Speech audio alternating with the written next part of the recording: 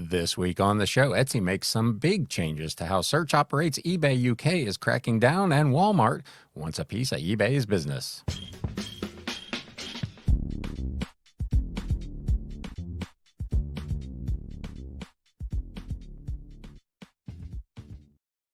What is up, Galaxians? Welcome to episode number 262 of the Galaxy CDs, Rocks, and Flips Reseller Talk podcast. My name is Ryan, and I'm going to be your host as we go through a little bit of reselling news this week. It's Labor Day weekend. There's not a whole ton going on last week. We got a couple of updates from eBay, a pretty big one over at Etsy that's going to be going into effect later this fall, and then a quick update from Walmart. At the back end, we'll have a quick what sold recap. I think I've got like 8 things for you. We just did a what sold recap on Wednesday, so I don't have a lot since then, but there are a couple of interesting things. I will leave timestamps to all of that in the video description and the show notes down below. So if you want to go to a particular segment, you can do that. But with that having been said, let's get into this reselling news. News updates.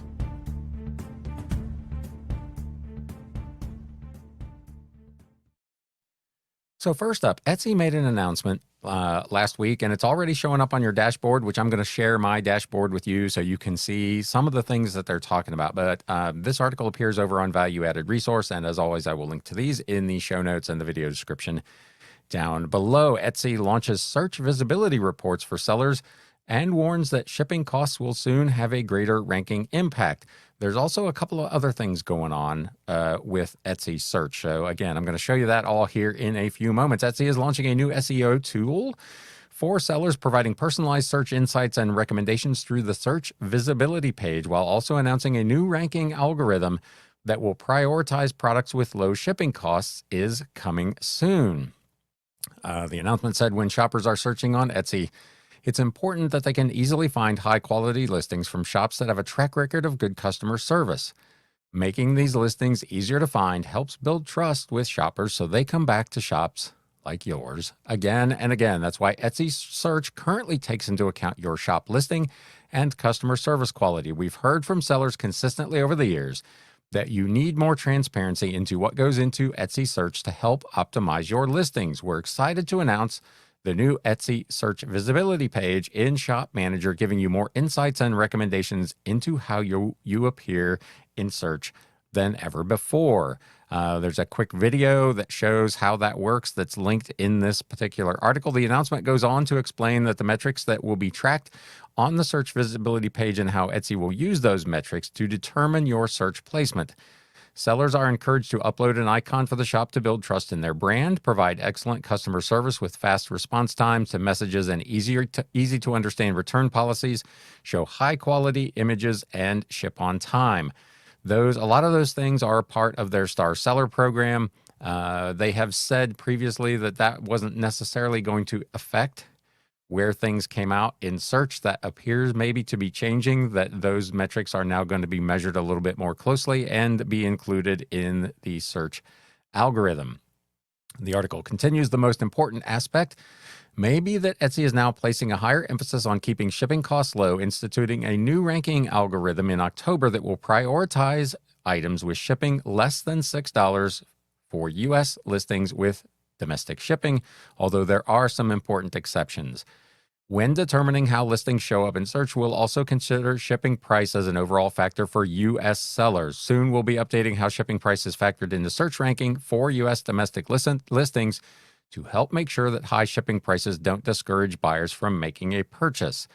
Our data tells us that once shipping prices are $6 or above, buyers are less likely to make a purchase.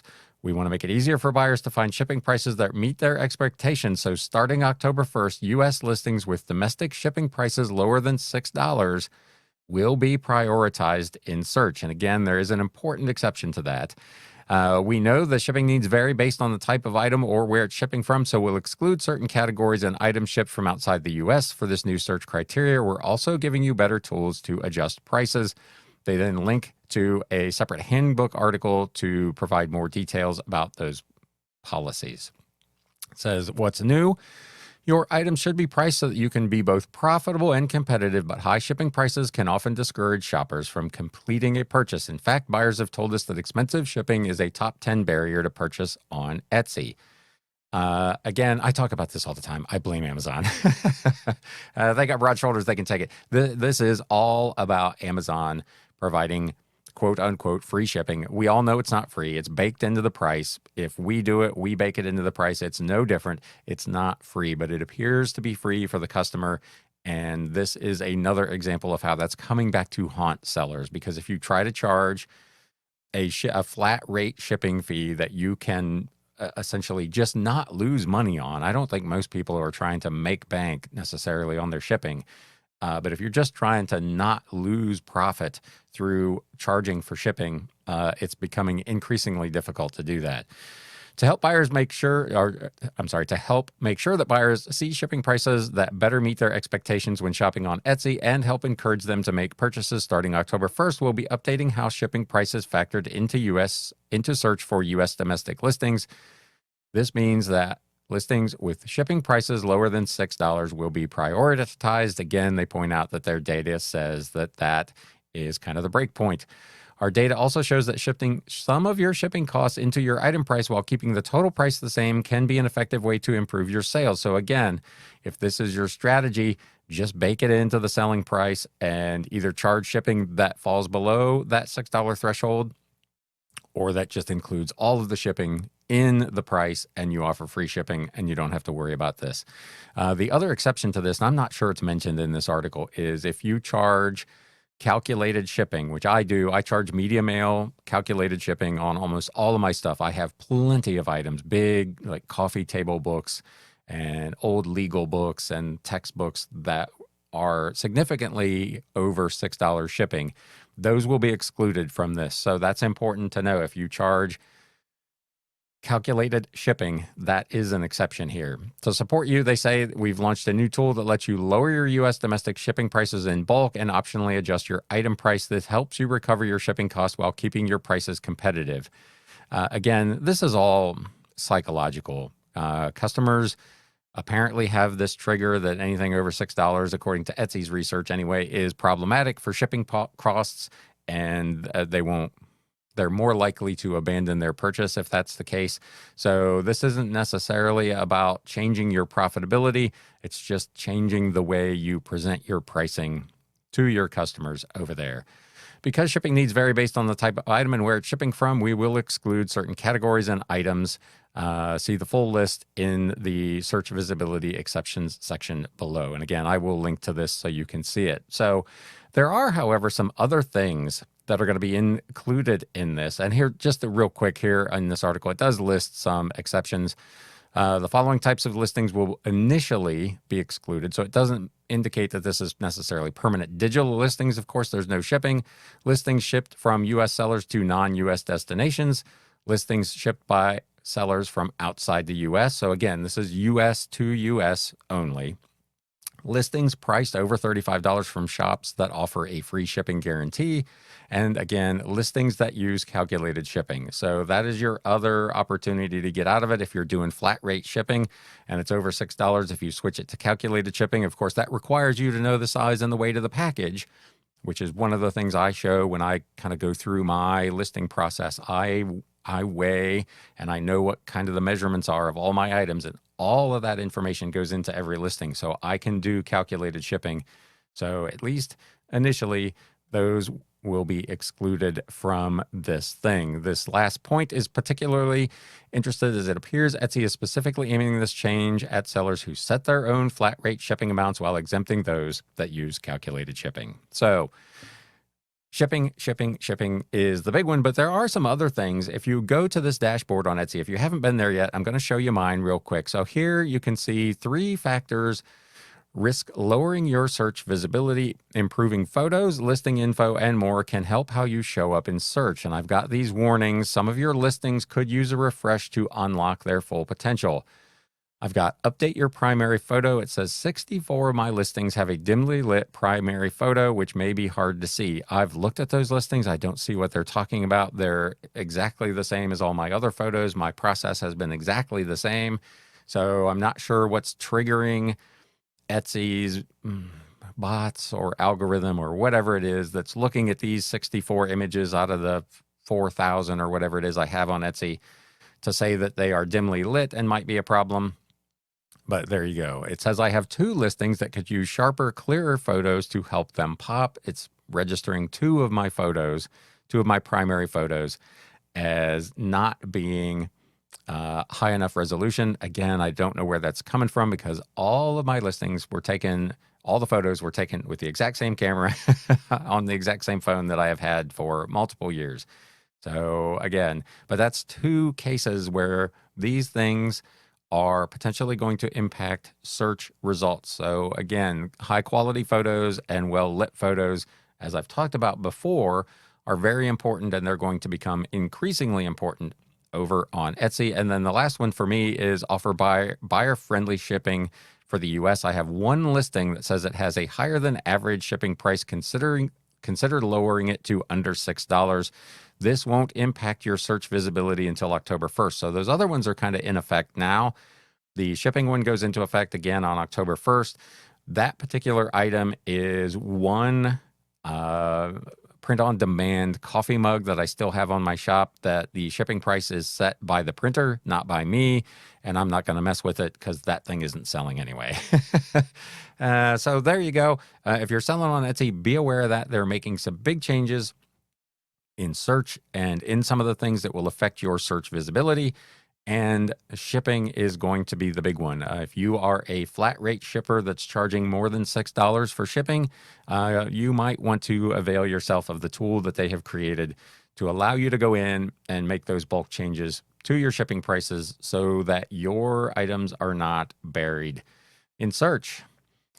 Moving on to these next 2 are for eBay UK. So if you're a US seller on eBay, the only reason that these might be of import to you is that they might portend future things that might be coming up as governmental regulations and that sort of thing become more and more stringent. One of these we've already kind of talked about on this show over the last couple of weeks, but this first one was an interesting one. eBay UK drops cash on collection amid local shopping shakeup. eBay UK will no longer allow cash payment on collections starting October 1st. October 1st appears to be a big date for most of these sites as part of a larger local shopping experience overhaul.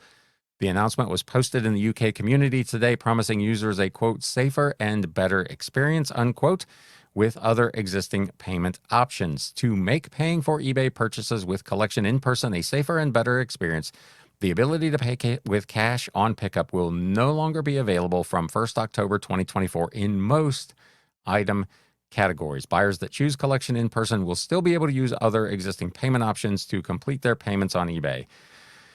When creating a new listing and offering the option for buyers to collect their item in person, you will no longer be able to select cash on pickup as a payment method. The cash on pickup option will still remain on some active listings for the next few weeks. It will also continue to be available in a limited number of categories such as cars, motorcycles, and vehicles. Please note that the timelines for payment processing will remain unchanged, and in most cases, payment will be released to you once the buyer has confirmed the collection of the item. You can find out more about payment processing on their Seller Center page.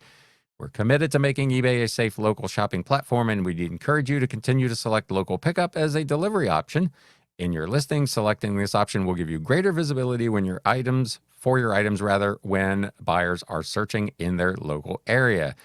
The move comes as eBay is overhauling the local experience for UK with a new local hub on the site to help buyers find deals in their area. So if you're in the UK, be aware of that.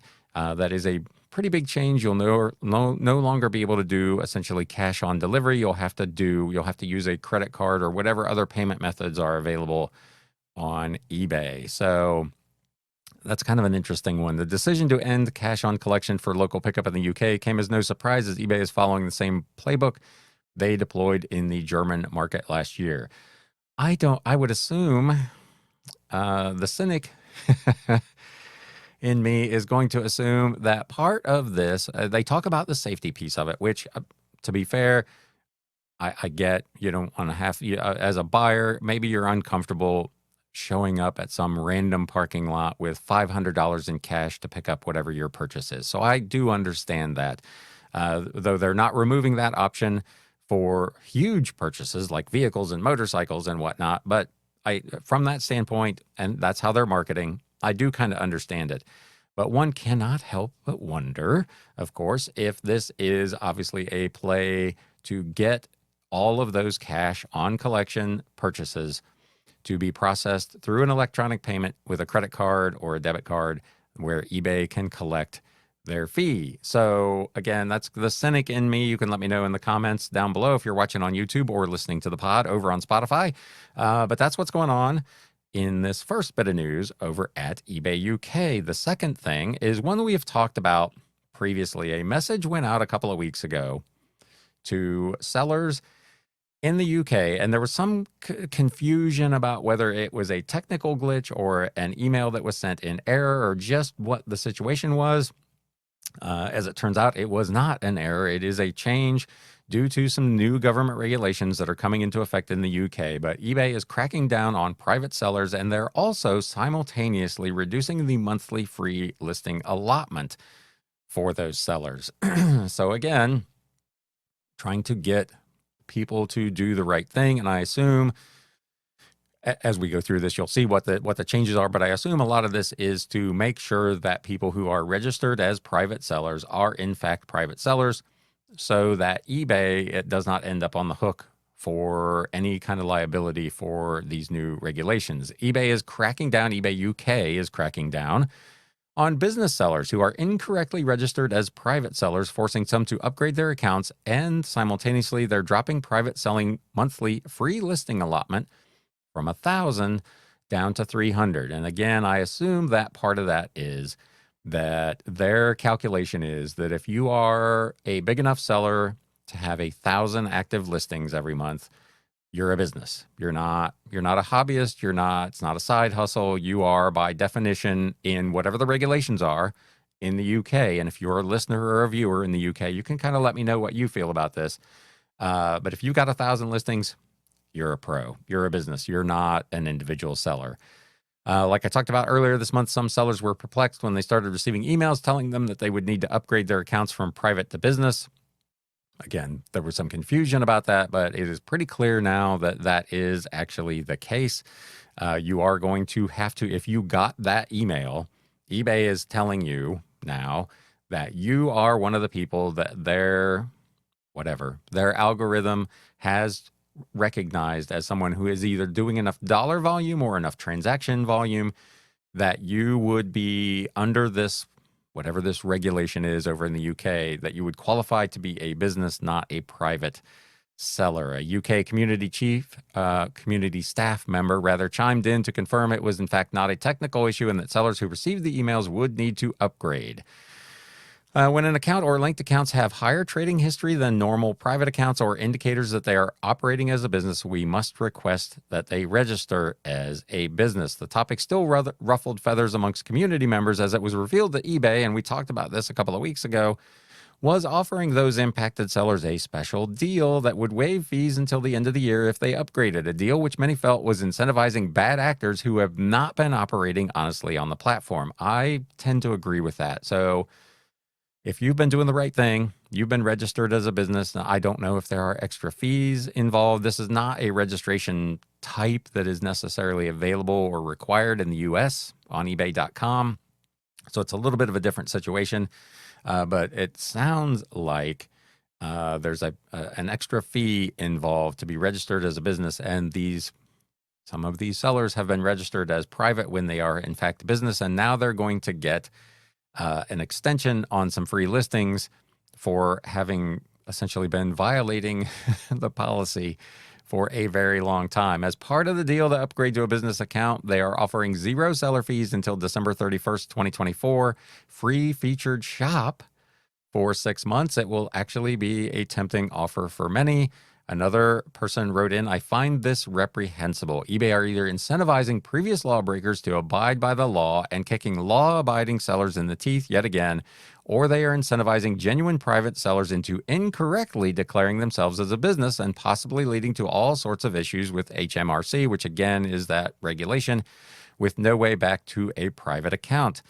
Today, eBay UK also announced that starting October 1st, the monthly allotment of free listings from private sellers would be reduced from 1,000 to 3,000, And the international fee will be increasing to 3%. So hits all around for sellers over in the UK. While some sellers believe the reduction is being driven by government regulations and tax requirements, others say they believe it's mostly a financial move on eBay's part to get more sellers to pay the 35 pence per listing fee once they've exhausted their free allotment per month. Again, that would be the cynic among us. It's probably, to be fair, it's probably a little bit of both. eBay can make a little bit more money and they can comply with whatever these regulations are. So if you're a seller over in the UK, this is all coming pretty hot and heavy and pretty quick. So be aware of that. You're going to have to make some updates. If you've been registered as a private seller and received an email saying you need to upgrade. Last thing from eBay. This has been happening off and on. I know I don't want to, is it My Reseller Life? Something like that. A guy on YouTube has been talking about promoted listings errors occurring for several weeks now. This is one that started apparently on the 28th of August, and it only lasted for about a day, but it's something to be aware of. If you're using promoted listings, there was a similar problem that was occurring apparently with offers being sent. So I guess the moral of the story on all of this is to be sure you double check once you've completed either setting up a promotion or are preparing to send out offers, that the numbers that eBay is actually going to send out to the listing and to your potential buyers is the accurate one. eBay promoted listings ad rate display error when editing in listing flow back on 8/28. eBay's sellers are experiencing problems setting promoted listings ad rates through the listing form flow due to a text box display error. So this is not, as it turned out, this is not actually an error with the numbers that you were putting in, but with the actual box and how it was displaying those figures. The listing page apparently has been updated as evidenced by the new photos dialog box. That works, but the dialog box where you input the desired percent for your promotion does not allow you to enter a value with one digit, i.e. you can't enter 9% or lower. I had to list the item without a promotion and then change it after the fact, said one user. Another community member had suggested try to add a leading zero, making the rate 0.9%, but the original poster said that did not resolve the issue. This writer, and I believe it was Liz over at Value Added Resource, said, in testing via Chrome, I discovered what appears to be just a display error. When attempting to type a single-digit value, nothing appears in the text box. And when attempting to enter 2 or 3-digit values, the numbers are shown but are cut off. And she shows, I think, an example in a quick video that is in this article as well.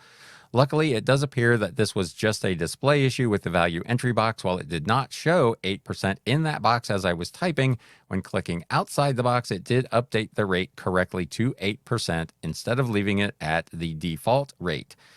She also tested going above the suggested rate to 22%, and again, after clicking outside the box, it did update correctly. If that is still not working, you can try the same workaround the eBay community member used, which is to launch the listing without opting into promoted listings and then go back and edit it. What a hassle. I'm not sure you want to go through all that. I don't know. It sounds like this may have been corrected in the interim, but you can let me know in the comments if this is something that you experienced.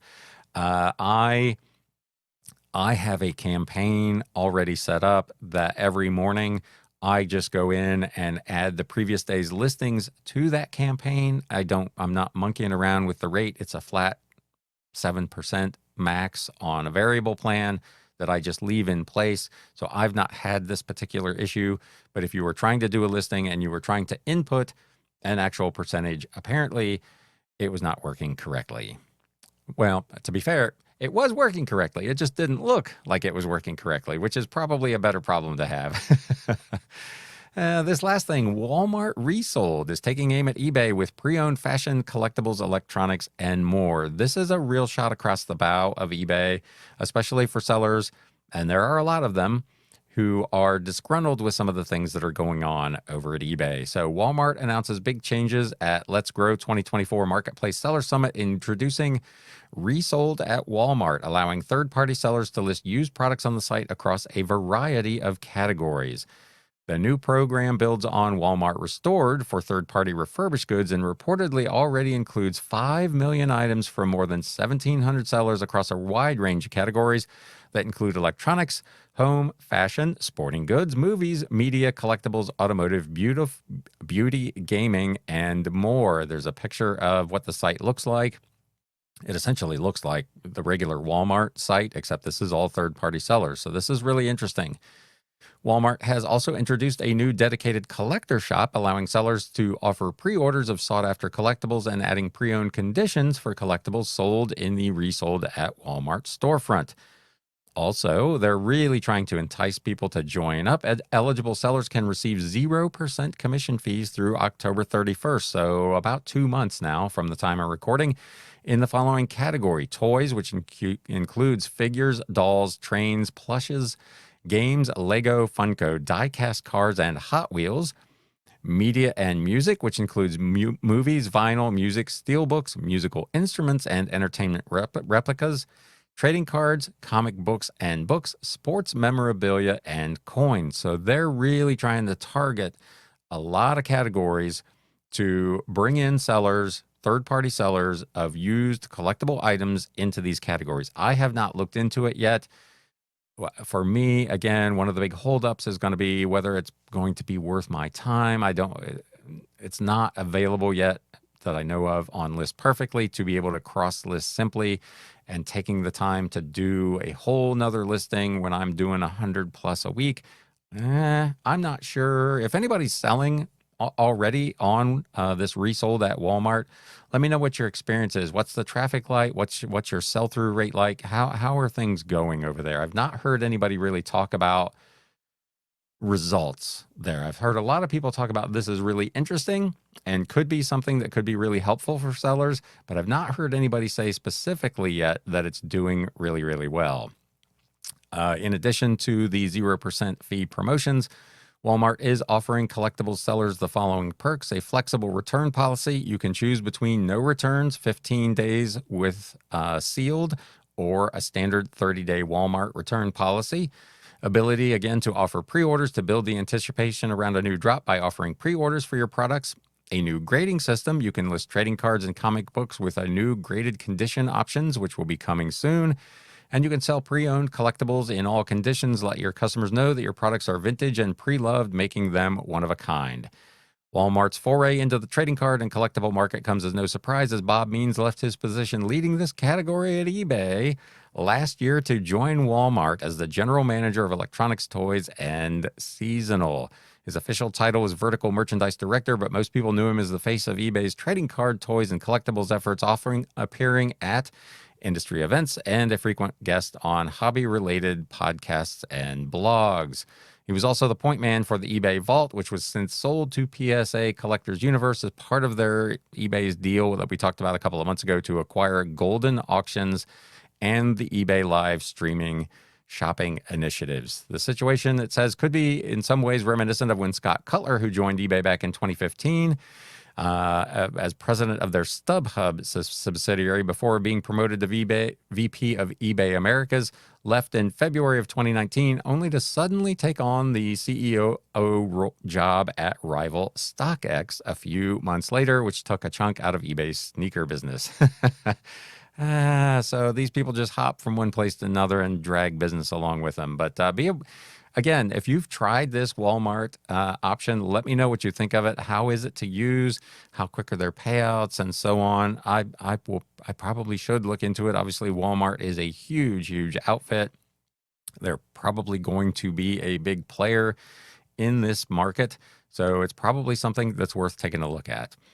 With all that having been said, that's going to recap this week's reselling news. So now let's do a little bit of what sold.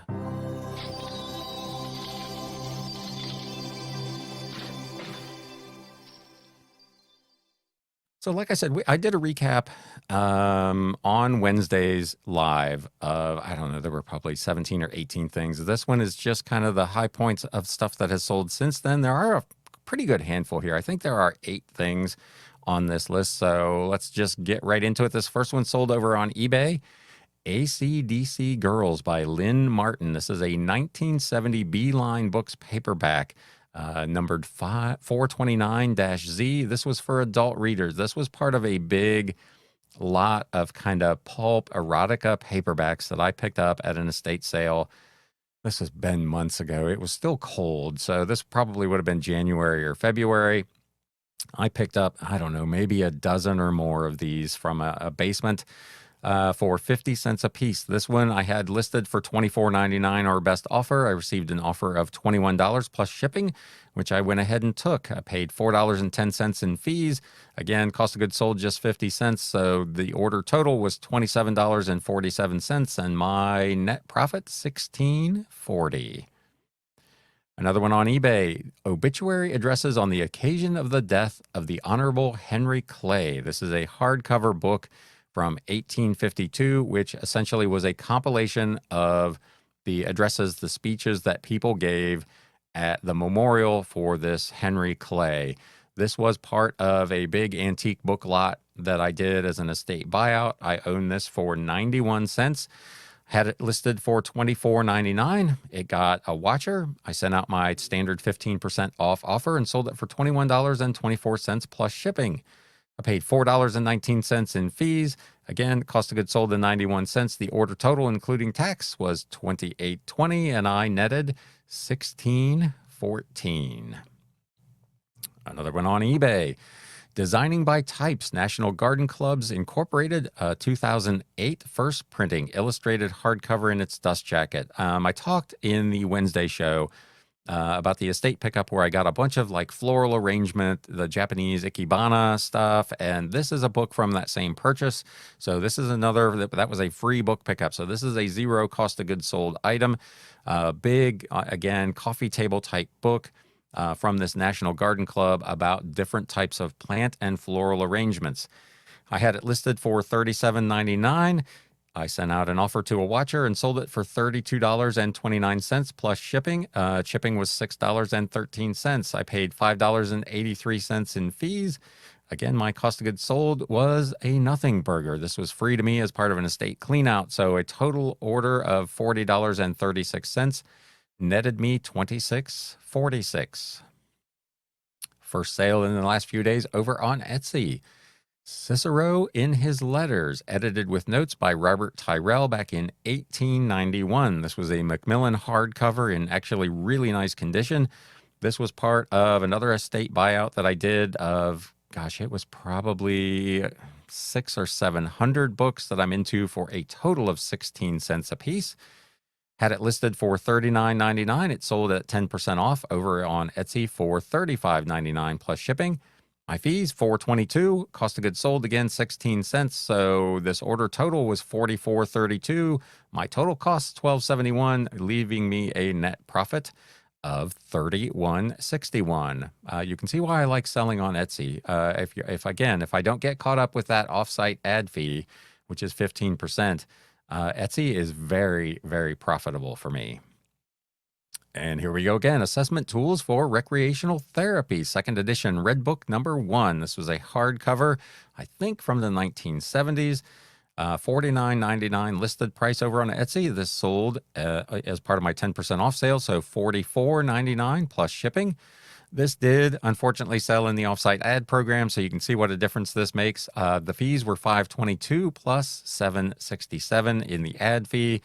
Cost of goods sold, this was part of another estate purchase. I'm into this for 94 cents. So the order total was $54.89. Total cost, $23.73, leaving me with a net profit of $31.16 without the offsite ad fee, which was almost $8. That would have been almost $39 in profit.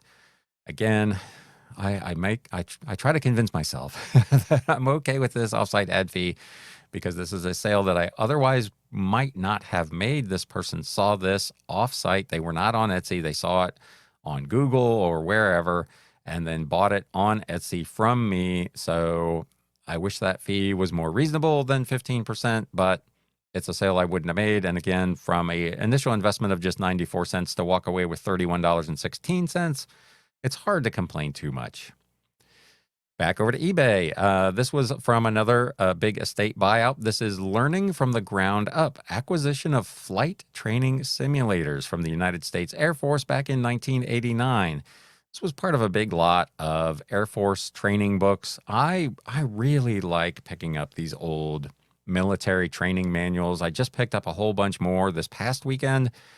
I don't think anything quite this valuable, but some really interesting stuff that's going to be in that 12 to 15 to $18 range.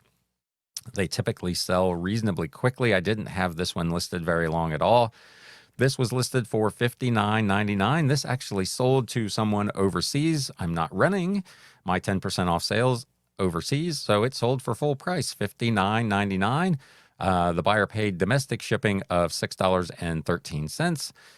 This went through whatever their version of the international shipping program is over on Etsy. Fees, $9.30. It did sell through the offsite ad fee, so $4.63 in additional fees there.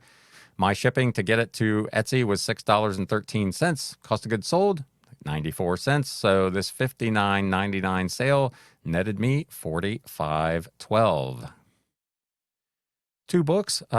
These were part of, I did a buyout recently. I had bought, I want to say 100 or 120 books, something like that, at an estate sale. And there were hundreds of books left when I left the sale. So I left my card and I said, hey, when the sale's over, if you want to get rid of these, let me know. Make me a good deal. And it ended up, I bought 659 books for $250. So it worked out to about 38.5 cents a piece.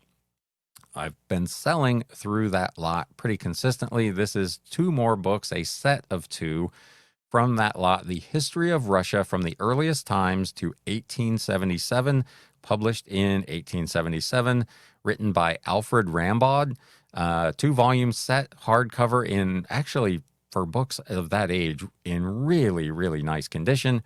Had the book set listed for $89.99. It sold for $76.49.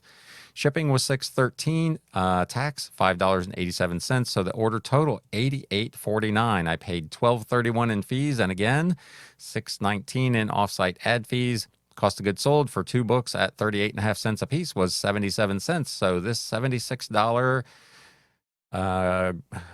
sale price item netted me $57.22. This might be the last one, actually, for the week. This one sold over on eBay. Hill and Griffith Company Field Service Catalog number 16, Foundry Supplies and Equipment. This book was published in the 1940s. It is just what it says. It is a catalog of supplies and equipment for the foundry business. Really nice hardcover book with tons of vintage equipment illustrations. A really, really interesting piece. I had it listed for $129. I've sent out an offer. This sold for $110.49 plus shipping. Customer paid $7.63 in media mail shipping plus tax. The order total was $125.21. I paid $17.25 in fees. There were no ad fees. This didn't sell through the Promoted Listings General program, so no ad fees. I was able to ship this by Ground Advantage for just $7.27. I did not add any additional insurance to this, so I saved whatever that amounts to, 36 cents on shipping by sending this Ground Advantage versus media mail, and I got the free $100 worth of insurance just in case something went haywire. This book has already been delivered, and I've already gotten great feedback on it, so no worries there either.